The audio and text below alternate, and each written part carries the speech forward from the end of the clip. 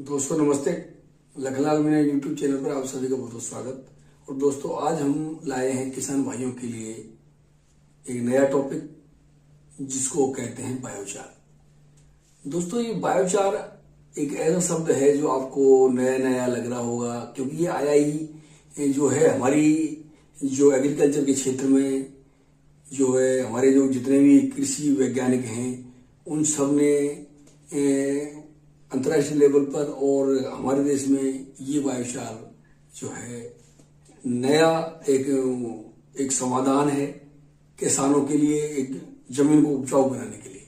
Biochar का मतलब ही ये है कि हम हमारी जमीन को उपजाऊ कैसे बनाएं। तो बायोचार से हम एक ऐसा खाद बनाना चाहते हैं, एक ऐसा खाद बनाया जाता है जिससे कि हमारी जमीन उपजाऊ रहती है और वो भी कई सालों तक, लंबे समय तक उससे उपजाऊ बनी रहती है। तो यहाँ बायोचार को अच्छी तरह समझ लीजिए और फिर इसका उपयोग करना है।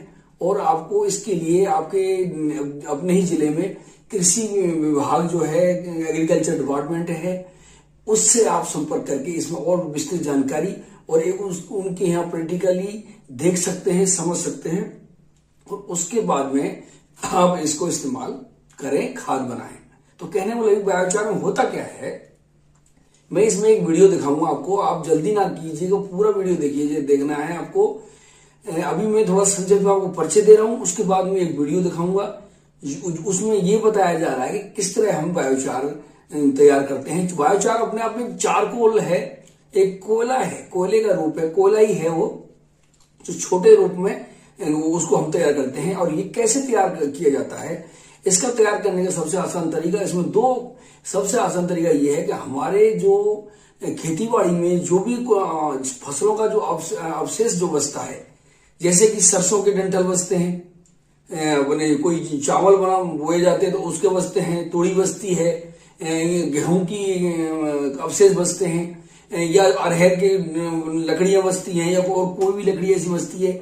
तो इस तरह के कोई भी मतलब जितनी भी फसलें उगाई जाती हैं उसका जो अवशेष बचता है, उस अवशेष को हम एक बड़े कंटेनर में, बंद डिब्बे में, या हम यूं कहें कि एक जमीन में गड्ढा 3 फुट गहरा और 10 बाई 10 फुट का चौड़ा आप बना सकते हो। और उसमें हम इसको सारे जो अवशिष्ट हैं खेतीबाड़ी के फसल के जो बचे हुए से, इसमें लकड़ी है, तूड़ी है, चावल की भूसी है, दूसरे गेहूं की है, या अरहर की है, या बाजरे का बचा हुआ कड़व है, जो भी है, जो आपके काम नहीं आ रही है, आप सोच रहे हैं कि आप इसको क्या करें, तो उसका आप खाद बनाएं। और खाद बनाने में यह है कि उस गड्ढे में सबको भर दिया जाता है, फिर उसको ढक दिया जाता है और बस बीच में कोई थोड़ा छेद रखते हैं और उसको अंदर थोड़ा उसमें आग लगा देते हैं और पूरा ढका हुआ रहता है और बीच में छेद में से धुआं निकलती रहती है। जब वो उसको जलाना नहीं है, इसको गड्ढे में इसलिए जलाया जा रहा है कि हमें वहां कम हवा मिले, उसे कम हवा मिलने से वो राख नहीं बनेगा, वो सुलग के कोयले के रूप में आ जाएगा। जब वो धुआं उसकी निकलना बंद हो जाए लगभग, तो आप तुरंत उस आग को बंद कर दीजिए। बंद करके फिर उसको कवर को हटा लीजिए और जब वो ठंडा हो जाए तब उसको आप जो है हल्का हल्का आप उसको तोड़ सकते हैं छोटे छोटे टुकड़ों में, और वो एक छोटा कोयला के रूप में एक मतलब जो है ढेर बन जाएगा। और फिर उसको आप जो है फिर दोबारा एक दूसरे गड्ढे में उसमें खाद, गोबर खाद के साथ में, जानवरों के मूत्र वगैरह और ये गोबर खाद इस सब के साथ में उस चारकोल को, उस कोयले को मिला के 15-20 दिन उसमें छोड़ दें। तो खाद के साथ में वो बिल्कुल मिलके एकदम बढ़िया जो है बायोचार तैयार हो जाएगा। फिर उसको आपको करना क्या है, जैसे अपन खाद को ओढ़ते हैं फसल बोने से पहले, तो ऐसे ही आप पूरी अपने खेती बाड़ी में उसको आप ऐसे जमीन के अंदर ओढ़ दें। ओढ़ने के बाद में मैच दे दें, उसके बाद में जो है आप अपनी फसल बोएं।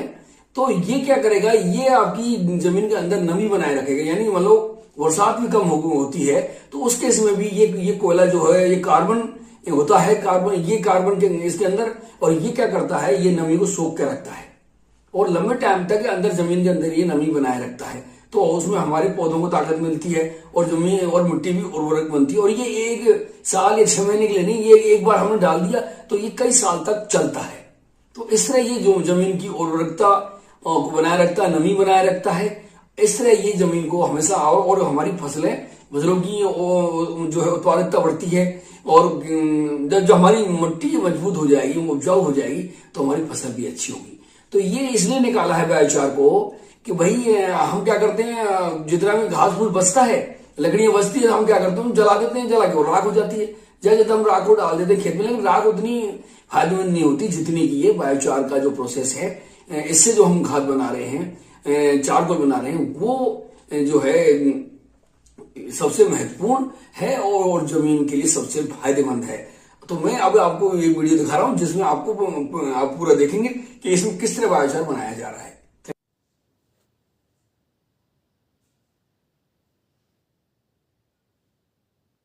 अनेक उपाय किए जा रहे हैं। अब उन्हीं की संकल्पना से हेमगिरी वर्धा संस्था के माध्यम से परिवर्तन लाने वाली बायोचार तकनीक की शुरुआत की गई है। पहले खेतों में बचे हुए फसल अवशेषों को वहीं जला दिया जाता था, जिससे प्रदूषण होता था और उनका कोई उपयोग नहीं होता था। किंतु अब यही अवशेष जैसे कपास की डंठल, गन्ने के अवशेष आदि पायरोलाइजर की सहायता से सीमित ऑक्सीजन एवं मध्यम तापमान में जलाकर बायोचार में परिवर्तित किए जा सकते हैं। अब तक विभिन्न प्रकार की पायरोलाइजर तकनीकें उपलब्ध थीं, परंतु हाल ही में विकसित यह नई मशीन अधिक प्रभावशाली है, जो सीधे खेत में कम समय एवं कम लागत में उपयोग हेतु उपयुक्त है। बायोचार निर्माण की प्रक्रिया खेत से बायोमास जैसे कपास की डंठल, गन्ने के अवशेष आदि एकत्र करें। इन अवशेषों को कम से कम 15 दिनों तक धूप में सुखाएं। जितना अधिक सूखा होगा, उतनी ही उत्तम गुणवत्ता का बायोचार प्राप्त होगा। यह कार्य 2 प्रकार की मशीनों से किया जा सकता है। पहला, ड्रम टाइप पायरोलाइजर। साधारण लोहे के ड्रम से निर्मित यह यंत्र बनाना आसान, मजबूत, किफायती है। लगभग 5000 से 7000 में तैयार हो सकता है और एक अकेला किसान भी इसे सहजता से चला सकता है। पहले अवशेषों को सुखाकर छोटे छोटे टुकड़ों में काटें। ड्रम में 15 से 20 किलोग्राम सामग्री भरें, अच्छी तरह दबाएं एवं ऊपर का ढक्कन अच्छी तरह बंद करें। चूल्हे जैसे भाग में थोड़े अवशेष डालकर अग्नि प्रज्वलित करें। कुछ ही समय में चिमनी से सफेद धुआं निकलने लगेगा और लगभग आधे से पौन घंटे में यह धुआं काला होकर फिर रंगहीन हो जाएगा। यह प्रक्रिया पूर्ण होने का संकेत है। तब चिमनी फ्लैप बंद कर दें। यंत्र को 2 से 3 घंटे तक ठंडा होने दें। उसके पश्चात ढक्कन खोलें। यदि बायोचार में आग लगी हो तो पानी उपलब्ध रखें। उपयोगी बायोचार लगभग 5 से 7 किलो तैयार हो जाता है। इसके पश्चात यंत्र अगली खेप हेतु तैयार किया जा सकता है।